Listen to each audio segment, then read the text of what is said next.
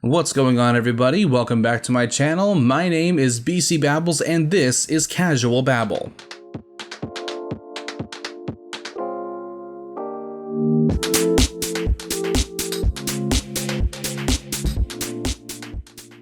So before we go on to today's discussion, quick life update. My parents seem to be doing much better than they were last week. There's actual talking going on in the house. It's not dark and quiet.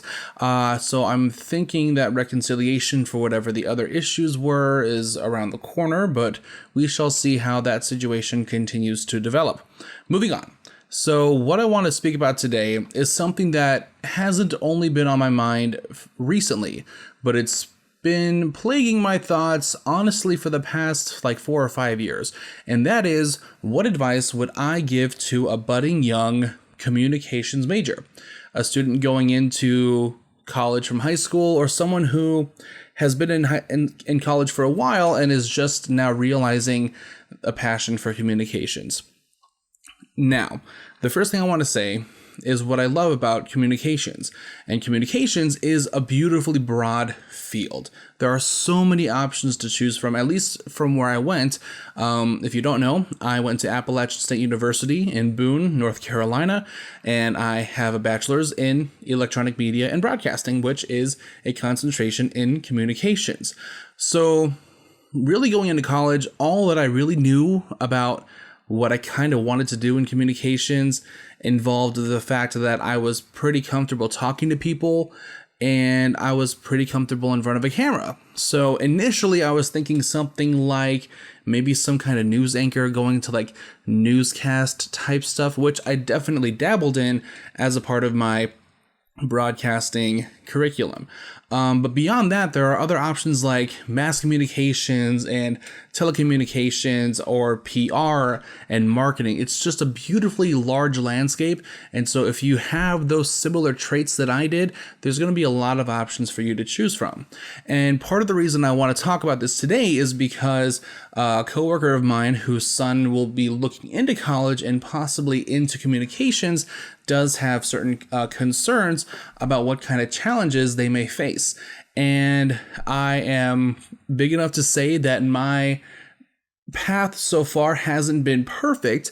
Definitely, I have many of those hindsight is 2020 type deals in regards to what I did and did not do. Now, I will say, going into college, I didn't get to declare my major right away, because going into college, like many students, I found that I had a lot of different passions, not just communications. For me, I also loved psychology and I loved music, and I actually studied opera electively, not core classwork, for a few years while I was at App State. And another part of what kind of, I think, truly makes college difficult, and it's a large thing that I don't agree with in regards to, I think, just general university curriculum, is the fact that when you go to college, you have to, what I say, re-endure the 4 fundamental classes: math, science, literature, and history. Now, don't get me wrong. If you're going to college to major in those things, perfect. Take all the classes you want in those fields. My position is, in high school, I had a 3.6 every semester of high school. I graduated with honors, and I, in my opinion, proved myself very capable in those basic fields to the point where I don't need any more of that. And the fact that you have to go through those classes again, especially when your aim in college is to major in something far outside of those, to me is really just a waste of time, especially for students like myself who weren't able to get grants or scholarships, but they had to take out loans and put themselves in debt just to get a higher education. It's a real disservice. And I got to tell you, recently, thinking about it and just falling into a downward spiral, I've had a lot of moments where I thought to myself, I'd really love just to call up Appalachian State and be like, you know what? Hey, I know you think you know what you're doing, but to be honest, half the time I was here was spent in classes that didn't do anything for me. I shouldn't have had to take them. So since you didn't really provide me a service, I want that money back because I could definitely put that down on my Navient loans. Just saying. But right now, most of the curriculums in colleges are the way they are.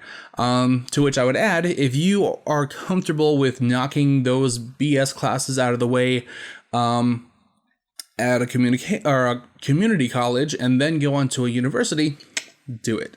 But to flip it on its head, it's kind of like saying, a student going to college to major in astrophysics, and you're telling him, oh, yeah, but by the way, so that it counts, on the side, you have to take modern dance classes. Why? It makes no sense. That class does that aspiring astrophysicist no service. It doesn't do anything for that person. So when you go into communications and you have to go back into math and science and literature and all that stuff, what for? None of it does anything for your major. You would say, well, you should learn about the history of telecommunications. True, but the intro classes to that major will take care of it by itself. Literally, the intro class to get into communications at App State is about the history of telecommunications. That'll be taken care of. You don't need any other history unless you happen to be a professional news anchor and something happened in another country that somehow corresponds to some big event way back yonder. I'm going off track. So that's one thing right now I don't really agree with in regards to contemporary curriculums. Now, another thing I will say is that, when you get to college, you definitely need to make sure that you buckle down and take those entry-level classes quick. Because in my case, where I kind of pushed it all off until my last 2 years, you suddenly have a lot of communication or a lot of major classes and not a lot of time to breathe. Because while I cannot speak for other majors, definitely in communications and you get into production, those are classes that require a lot of outside school hours work, and you're going to want those. So just saying, get those intro classes done, declare your major as soon as you can. So I'm very much a late bloomer, what I call myself, because going into college, while I was comfortable in certain ways with communications, I didn't know what I wanted to do. And ultimately, the passion I fell for was radio. And funny enough, I never even considered radio like a career option. So for some reason, I always thought, okay, maybe like a public speaker, like maybe work at the White House, like a press secretary, hashtag CJ Craig is best. Or maybe I'll be a news anchor, like I said, or just something like what I thought was the more typical broadcast kind of positions. Honestly, I didn't even consider radio until my first of 2 senior years at App State. I had a victory lap, what we call it. So I was there for 5 years. But first senior year, fall semester, I was in my first audio production class. And the teacher let one of the students get up in front of the class to make an announcement. This student happened to be the current program director for the campus radio station 90.5 WASU, and she announced that soon they would be opening registration for the DJ class, so you could learn how to become a DJ for the campus radio station and be on air live. And that was the first time I ever thought about radio as a possible career choice, and it was so new to me. I wasn't expecting it, and I was like, wow, I'm going to try this. So I registered, and first class started to meet who would become, I believe, some of the most creative, fun, passionate people I'll ever meet. And so part of the class, you have to shadow a current DJ. Most of them were staff members who knew their stuff. And I got to say, the first time I hit the mic, fired that thing up, and went on the air live, it was the best emotional rush I had personally, probably for the 3 years prior to that point. Like, that was the best emotional high I ever had. The idea that in that moment, I was speaking live to an entire community, the entire App State campus, the student body, all of Boone, large parts of Watauga County. I was like, whoa, this is so me in a way that I didn't even realize it was me. I didn't realize I was needing this the whole time. So the second I realized this was my calling, this was what I wanted to do, I gunned for it. And my whole last 2 years of college was straight up communications classes. I had no other classes. That's a lie. I had a couple of literature classes that I didn't care for, so they don't count. But beyond that, I had all communications classes, again, because I kind of waited last minute to declare. So don't wait last minute to declare. Get that done quickly. Another piece of advice I would say is when you're going into communications, I think even really regardless of what concentration, so even if you're not just going to do radio or television, if you are going to do public speaking or something else within that large industry, one thing I heavily suggest, especially though if you are going into radio or some kind of broadcast medium, what I suggest you make sure you do is look up and go to as many NAB, RAB, or BEA sponsored events that you can. The NAB especially, because the NAB, if you don't know, is the National Association of Broadcasters. They put together some really amazing events throughout the country and in some cases in other parts of the world.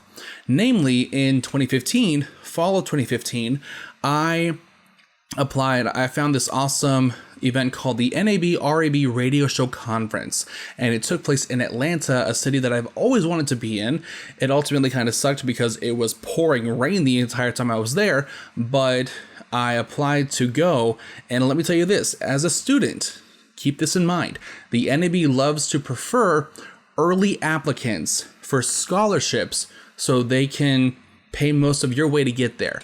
I applied, the event was at the end of September. I applied in like June or July, got a scholarship, didn't have to pay for a single thing that I got to see or do when I got there. Not a single thing. I just showed up and had a good old time. Now, I will say I had to find a place to stay while I was there, so a few friends and I rented out a couple of rooms or a single room at a Motel 6 around the corner, but I digress. NAB, early applications, get scholarships, do it. That week, I thought this would be the biggest event of my life, but it ultimately wasn't. But this first event I ever did was such a large-scale collection of broadcasters, mostly radio though. It's a radio show conference, but people from Entercom and Beasley and iHeartMedia and Sirius and just Radio 1, all these other huge broadcasting groups from around the country come together. They have huge discussion panels on sales and marketing, promotions, production, programming, every area of radio. They have huge discussions on. And this program that I went to back in 2015, Zach Sang was there. I don't know if you watched the Zach Sang show. Awesome radio show. He was there, got to talk to him. It was so cool. On top of that, again, you get to see people, different engineers, bring together and show off the latest software. You know, if you work with NextGen or G Selector, if you're in professional radio, they show off the new other versions of this kind of software. They also show off different hardwares like cameras and microphones, sometimes even drones. It's a beautiful experience, and you gotta go. Now, if you don't know if you can afford it, here's the thing. If you go to a good school with a really strong communications department, honestly, go to the department chair and ask if it's possible for them to sponsor your trip. So the other event that I went to was also NAB, but this was the NAB conference. This was, the NAB convention, and this was a massive event over in Las Vegas. Now, going to App State, if you're in the communications department, specifically in the Beasley Media Complex, you will hear your first couple of semesters there of this huge Las Vegas trip that pretty much the entire staff takes. So there's going to be a whole week in like April where none of the staff is there and you have like no class. It's amazing. And so, and my friends and I, we were like, what is this huge Las Vegas convention that all the teachers go to? I freaking want to go. And it was the NAB conference convention, whichever one it's called. And so I was like, I want to go. So I'm going to, again, go look at the NAB and see what ways they may have for me to somehow get there cheap. And I ended up finding this cool technology program because I was at the time pretty interested in developing technological strategies and trends. So I applied to it and I got accepted into this really cool program, and they actually paid my way. Now, my friends could not afford it. So literally all they did was go to our department chair, spoke to her about what they wanted to do, and asked if it was possible that the communications department could help them get there, and they did. The communications department paid for their flight. They had to figure out where they would be staying while they were there, but the department paid for their flight, which is amazing. If you go to a good school, the faculty wants you to have these opportunities. Another example of that, of the faculty really supporting you, is that there was another like college night at this production studio over in Raleigh, which is like 3.5 hours away from Boone. And it's the middle of the week. I had class the next day, but I spoke to all my teachers. I was like, hey, there's this thing going on over in Raleigh. It'd be great for me to go there. And they were like, dude, go. You know, this is what you're here for, to know about these opportunities and then to take them. Just go. And so again, good school, good faculty, they will support you in your attempts to get some good experience. Now, aside from NAB, RAB, BEA events, my next suggestion would be to get an internship. And honestly, internships are really important in practically any industry. They're really important for you to get into a professional setting and test yourself against that kind of work speed, workload. But internships, gotta do it. I was very lucky to be accepted as an intern for Kiss Mornings in Charlotte with Maney, Roy, and Loren. And actually, the show itself was pretty new. Maney has been in Charlotte for several years now, but Roy and Loren were brand new. And so I got to be one of their first ever interns, and it was a blast. What made it extra special for me and my friend Sam, who was in intern with me, is that that summer, their producer at the time, who was then called Uptown Ash, she was about to leave for a full-time position at WBTV. And so when we got there, she basically left, but she taught us how to be producers. So whereas a typical intern would be just someone who does a bit of blogging, maybe does some celebrity research, gets coffee, gets food, whatever. Instead of just being that, my classmate and I also got to be producers. We got to produce a Charlotte morning show for an entire summer, and Charlotte's a major market, so that's a big deal. It's a summer that I wouldn't trade for anything because I got to learn so much, and I learned how to throw myself into an environment and how to be on for 6 straight hours, because you get there at like 5 a.m. You help the show prep up. They hit the air at 6 o'clock, and you're in the production booth, blogging, doing celebrity research, posting on the social medias, taking calls, screening calls for different trivia games and whatnot, or discussions that they're having. And it's so much to learn. So take an internship opportunity, because you have no idea what awesome additional chances to learn that you'll have. Now, this next one, my other suggestion here, and it's becoming more prevalent, because the person behind this program is pushing it to many other schools now, and that's looking into any kind of talent-based program.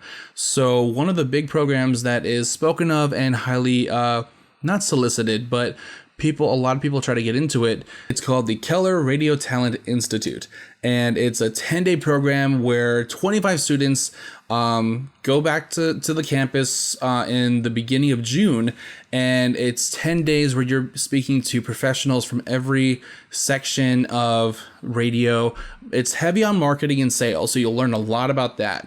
But you'll get to see people from programming and production and management. You'll also get to see notable DJs. We got to see Rozak from 106.5 The End in Charlotte. We got to see Maney, Roy, and the Wren. And a cool thing about Maney, Roy, and the Wren is that I was still interning with them in the beginning of that summer already, and they knew about the program, and they let me take that week and a half off so I can be there and learn. And I just went right back to producing for them the next day. But yeah, we got to see them. We also got to sit in audience members for a show from Raleigh called Two Guys Named Chris, which was amazing. A lot of fun there. But yeah, look into talent-based programs because, again, it's another great educational opportunity and you don't want to miss it. And this is where I'm going to redrive the point of don't wait for the last minute to declare your major, because if you do that, it shortens the amount of time that you have to experience all these awesome things. I had to cram all these experiences into my last 2 semesters or 2 years of college. If I was smarter and I just pushed myself to declare a lot earlier, like any decently minded kid would, then I would have probably been able to do a lot more. Now, the last thing I'll say is not only should you make sure you network your ass off at every single one of these events, but one of the things that will help you do so is by having your own website. Nowadays, we have so many options through which to create our own websites, whether or not it's Wix or Squarespace or WordPress, what have you. So many options. It's so important these days to have an easy access portfolio for prospective employers, because if you go to the Atlanta convention or if you go to the Las Vegas conference and you meet someone who happens to be a general manager or head of programming and you hit it off and you have really good conversations and he's like, you sound really good and you're a really cool person, I might really be interested in hiring you in a few months if you've graduated. So the best thing to be able to do at that point is to pull out a business card that has your contact, your name, and your website address on it, so this person who you've spoken to and built a rapport with can follow that rapport up by seeing what you can do, what you've done before. So important. And then from there, even if you have that great one-on-one experience, make sure, regardless of how surefire you think it is, put your name out there. And when I say that, I mean apply for countless jobs. My big suggestion to friends who ask me where to apply to, my suggestions always are All Access, because All Access has postings from all over the country, and sometimes not even in the country. And also, most states have their own association of broadcasters if it's a populated enough state. So for instance, North Carolina has a North Carolina Association of Broadcasters. It actually covers work for both North and South Carolina. Same thing for Texas or Georgia or Florida or California. Look up their association of broadcasters. They will have a job bank and you can see what's currently open. Also check out different broadcast companies outside of typical TV or radio. One of the things that I tried to snag a couple different times and that I would still like to snag, FYI, is jobs over at BuzzFeed or jobs with Watch Mojo, jobs with Fine Brothers Entertainment. All these really cool recent new trends and genres of digital media. Really important to keep an eye out for stuff like that. And just make sure you put your name out as much as you can. Always update everything. You don't want to send somebody a cover photo that has in its salutation area the date of like 4 months ago. Does not look cute. And trust me, people do look at that. And yeah, again, just make sure you take up every single opportunity you can, because you're not going to get them back. That's the scary part of it is that you don't get it back. So take up every chance you can. And if just in case you're wondering whether or not you really want to ask your communications department to fund your trip to Atlanta, let's consider this real quick. I knew about Adele's Hello before you did. Guaranteed.